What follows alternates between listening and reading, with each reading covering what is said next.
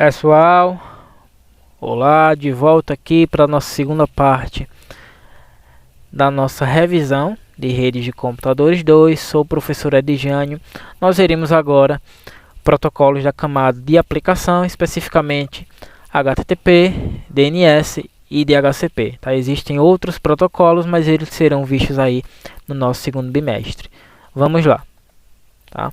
Começamos com o DHCP, é o Dynamic Host Configuration Protocol. É o protocolo de configuração dinâmica de host. Vale lembrar que um host é qualquer dispositivo conectado à rede capaz de receber um endereço de IP. Tá? Certo, e os parâmetros de configuração desses hosts, tá? Eles devem especificar uma rede, devem especificar um endereço específico de IP, tá? Um serviço de DNS, um serviço de gateway padrão, tá? Então nós temos que configurar esses serviços de rede, esses parâmetros de rede no dispositivo desejado para que ele possua comunicação de rede. Nenhum dispositivo possui comunicação de rede ou de internet sem que ele tenha ali no mínimo um endereço de IP para isso, tá? E existem dois tipos de configuração desses parâmetros de rede. Nós podemos ter a configuração estática, é uma inserção de configuração manual por um técnico, tá, de redes de computadores, certo? E nós temos a configuração dinâmica ou automática, que é a utilização de protocolos de configuração automática dessas informações de rede, tá? E o principal protocolo é o DHCP, tá? Graças ao DHCP que nós não precisamos configurar os parâmetros de rede em centenas de computadores em uma rede. O DHCP faz isso sozinho para a gente, tá? De forma automática, tá? Sem a presença de erros, tá? Os erros são raros ocorrerem uma vez que o protocolo ali utiliza-se da computação para fazer essa configuração. Certo? E com DHCP, cada rede necessita ter um servidor DHCP que é responsável por repassar a configuração aos dispositivos clientes, certo? E o que é que acontece com o DHCP? Nenhum computador possui um endereço de IP válido até o momento em que ele é configurado, tá? Ele possui um endereço de IP virtual chamado APIPA, mas esse endereço de IP ele não tem a função de comunicação em rede. Não é possível se comunicar na internet através desse endereço de IP chamado APIPA, tá? Então o que é que acontece?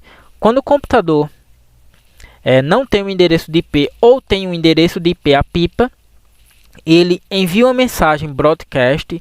Uma mensagem broadcast é uma mensagem com destino a todos os dispositivos da rede, certo? Essa mensagem broadcast do computador tem a definição de ser uma mensagem DHCP Discover, tá? É uma mensagem que vai descobrir se existe um servidor DHCP na rede, certo? Tá? Essa mensagem é enviada para todos os dispositivos da rede conectados ao dispositivo no qual envia a mensagem, tá? Caso exista um servidor DHCP da rede, esse pacote vai ser recebido pelo servidor DHCP da rede, tá? Em algum momento ele vai alcançar esse servidor se ele existir, tá? E a partir desse momento, quando o servidor recebe o pacote DHCP Discover, a mensagem DHCP Discover, o servidor aloca um endereço de IP disponível e envia para o computador solicitante via mensagem DHCP Offer, tá? E graças a essa mensagem o computador recebe ali o seu endereço de IP e mais algumas informações para que ele possua ali comunicação com a rede, certo? Tá, e vejam só, existe um problema no DHCP, tá? Existia, mas tem soluções para isso hoje, que é o tempo em que um dispositivo fica na rede, tá? Os períodos de DHCP, de endereços de IPs em um DHCP, eles têm ali uma limitação, certo? Em redes de classe C, por exemplo, nós temos até 254 endereços disponíveis, certo? Entretanto, quando um dispositivo sai da rede, ele leva consigo um endereço de IP e impossibilita que outro dispositivo utilize aquele endereço.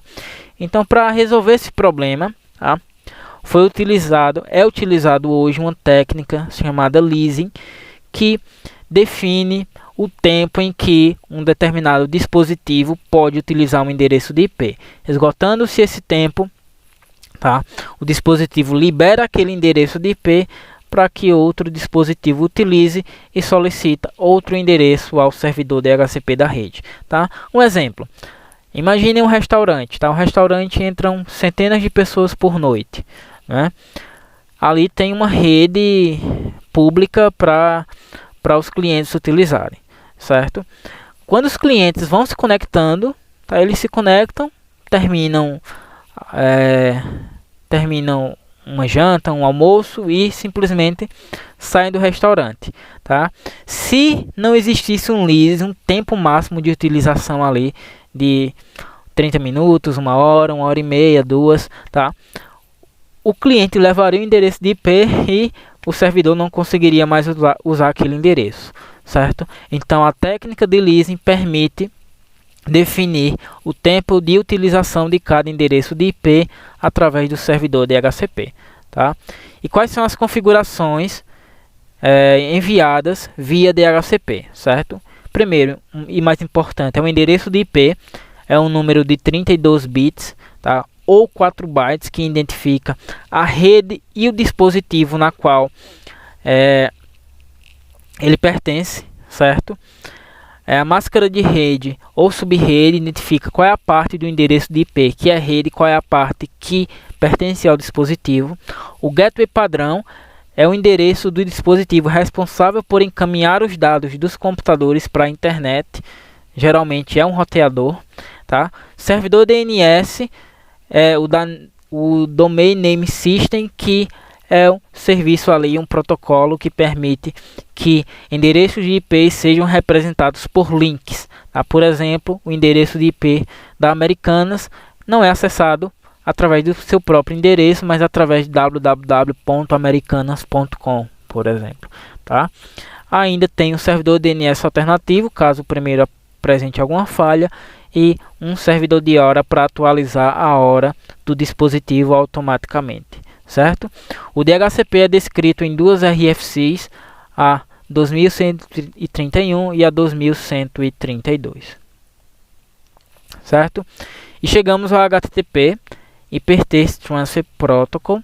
É um protocolo aí utilizado na transmissão de recursos da web, certo? Está no coração da web. Sem o HTTP nós não teríamos como acessar sites e páginas web hoje, tá? E tão pouco aí recursos web também, certo? O HTTP está descrito nas RFCs 1941 e RFC 2616, tá? O HTTP ele é executado em um cliente e um servidor, em 2 programas diferentes, tá?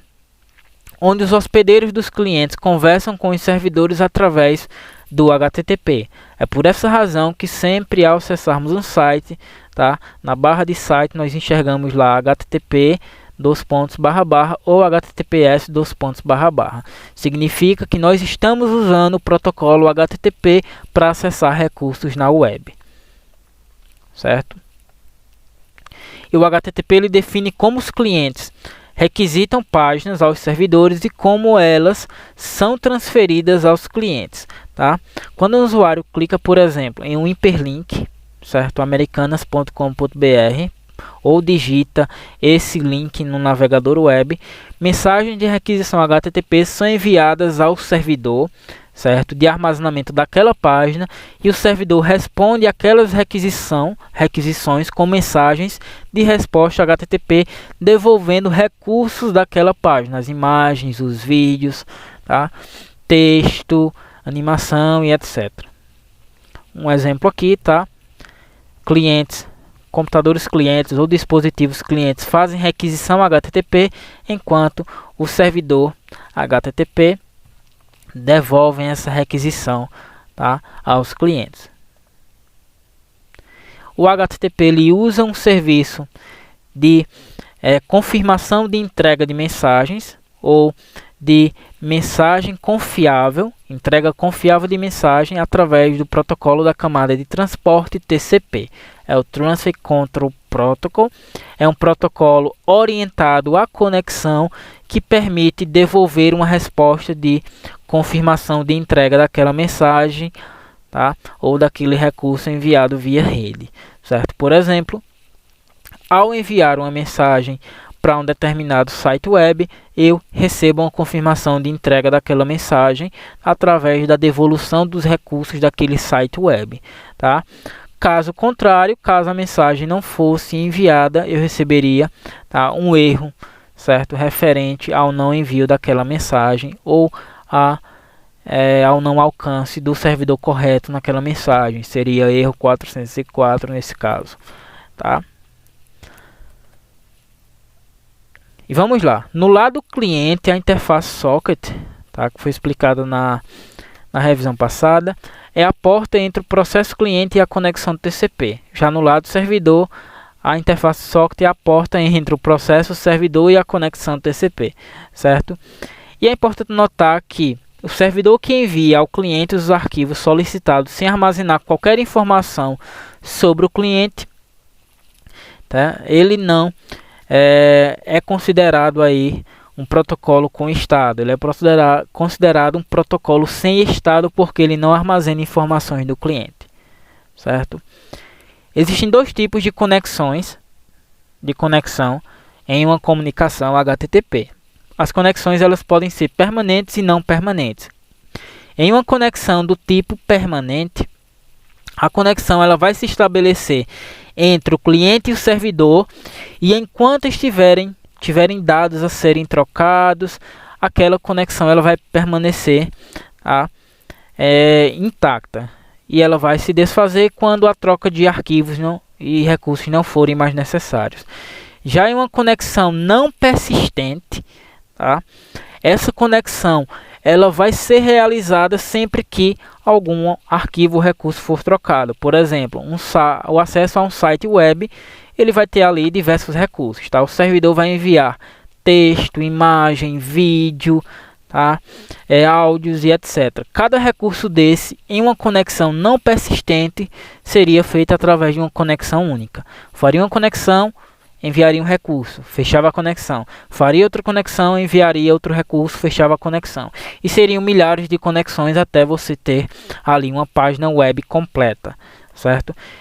E esse sistema de conexão não persistente não é muito viável porque vai inundar a rede, vai sobrecarregar a rede por excesso de conexão. O correto é que sejam utilizadas conexões persistentes, a qual mantém ali o mínimo de conexão possível. Tá? O HTTP ele é um protocolo que possui alguns métodos. Cada método tem uma função específica. Ele não é um protocolo simples de apenas transferência de arquivos, tá? Mas ele é um protocolo que tem algumas funções, tá? Além de apenas transferir arquivos entre cliente e servidor, tá? Cada solicitação consiste ali em uma ou mais linhas de texto ASCII, certo? Esse texto define os caracteres a serem utilizados, tá? A tabela ASCII, né, define os caracteres a serem utilizados, certo? Através de códigos, tá? E os nomes diferenciam letras maiúsculas e minúsculas. Por exemplo, o método get é um método que é válido quando estiver em maiúsculo, mas ele não é válido quando estiver em minúsculo, tá? Por exemplo, nós temos um código aqui de solicitação de um arquivo, tá? De nome arquivo http:/1.1, certo? A descrição de alguns métodos. Método get lê uma página web, e através desse método que você consegue, por exemplo, acessar uma página web. Método read lê um cabeçalho de página web, a descrição daquela página, tá? Método post acrescenta algum arquivo ou serviço àquela página web. Método put armazena uma página web, salva uma página web no caso, tá? Delete remove uma página web. Trace ecoa a solicitação recebida, tá? Mostra ao usuário e ao servidor qual foi a solicitação recebida. Conecte através de um proxy, que é um serviço de segurança em um servidor HTTP, e options tem aí mais algumas opções referente àquela página web, tá? E aí nós chegamos ao DNS, que é um Domain Name System, tá? Como nós sabemos, existem diversas aplicações, páginas web, aplicações de jogos, aplicação P2P, aplicação de entretenimento, aplicação de e-commerce. Existe uma porrada de aplicação. Cada uma dessas aplicações, ao estarem na internet, estão ali armazenadas, tá? E são processadas em algum servidor em algum lugar no mundo, tá? E esses servidores possuem endereços de IPs referente a cada serviço, a cada aplicação, tá? E o acesso a essas aplicações são feitos através desses endereços IPs, tá? E cada endereço de IP está associado ali a um serviço ou centenas de serviços, certo? Só que lembrar endereço de IP é complicado, tá? Imagina se nós precisássemos lembrar 200.3.45.8 para conseguir acessar um site qualquer, ou 10.0.0.1 para acessar um computador na rede local, ou 188.35.48.13 para acessar ali um servidor de um jogo online. Seria complexo lembrar desses números, tá? Então, serviços foram criados para converter ou traduzir, tá, links para esses números, para que a gente não precisasse acessar diretamente um número, mas sim um link, tá? Por exemplo, digamos que exista um site da ETE Antônio Dourado Cavalcante. Esse site está armazenado em um servidor da escola e o servidor possui endereço de IP. Tá? Uma forma de acessar seria entrar no navegador web e digitar o endereço de IP para acessar aquele servidor e consequentemente aquele site, tá? Mas é mais plausível que a gente tenha um link, tá? www.eteadc.com.br, e aí torna-se muito mais fácil o acesso, é mais fácil de lembrar, é mais fácil de divulgar, é mais fácil, tá, de gerenciar, contendo ali um nome de domínio, tá? Ou um link de domínio, certo? E o protocolo que faz isso é o DNS, é o Domain Name System, tá? Que foi criado ali em 1983, tá? E o DNS ele é empregado ali para mapear nomes de domínio em endereços de IP, converter nomes de domínio em endereços de IPs, tá? Ele é composto por um banco de dados distribuído, executando ali uma arquitetura de servidores DNS, certo? Um protocolo da camada de aplicação, certo? Que permite realizar consultas a esse banco de dados DNS, tá? Por exemplo, vamos imaginar o acesso ao site www.eteadc.com, certo? Existe primeiramente uma aplicação cliente DNS no hospedeiro do usuário, certo? Ao digitar www.eteadc.com no navegador web, o navegador extrai essa URL, aloca em uma aplicação cliente DNS, tá? O cliente DNS envia uma consulta contendo a URL para o servidor DNS da rede local ou rede externa. O servidor DNS responde o cliente DNS com a mensagem contendo o endereço de IP do servidor www.eteadc.com, certo?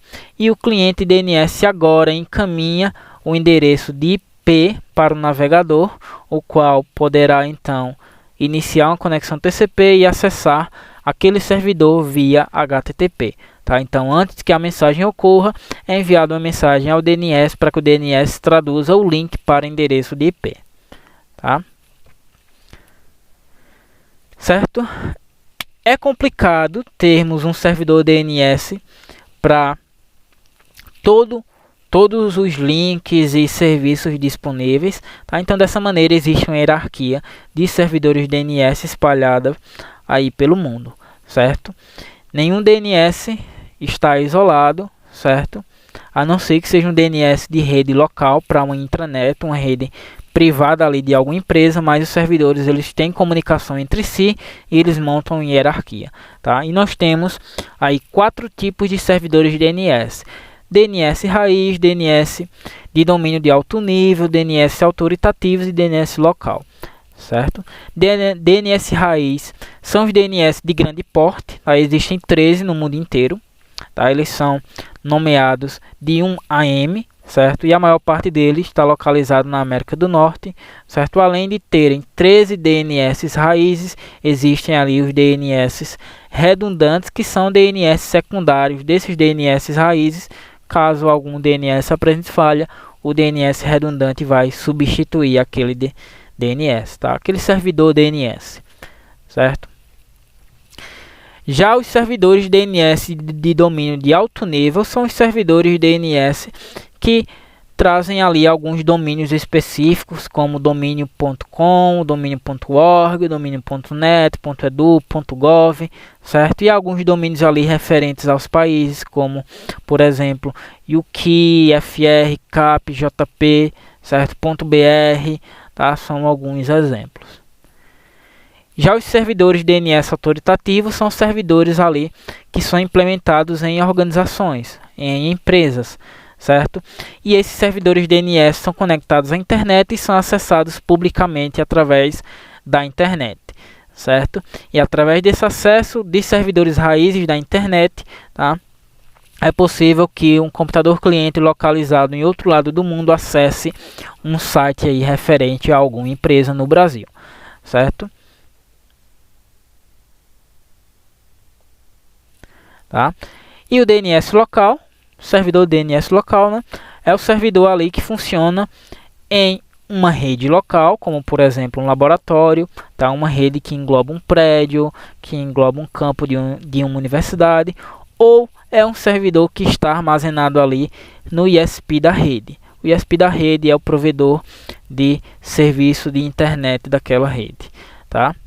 E o DNS local encaminha e recebe as mensagens durante as conversações entre a hierarquia de servidores, entre servidores raiz, servidor de alto nível, servidor, né, TLD, tá? Autoritativos, na verdade. E aqui nós temos uma imagem, tá? Como ocorre essa comunicação, tá? Primeiramente, a comunicação ocorre do computador do cliente para um servidor DNS local. O servidor DNS local não possuindo, tá, o link de tradução ou o endereço de IP referente àquele link, ele vai enviar para um DNS raiz. Caso o servidor DNS raiz não possuir, ele devolve para o DNS local envia para o DNS de alto nível. Caso o DNS de alto nível não possua, ele devolve para o DNS raiz e envia assim para o DNS autoritativo, tá?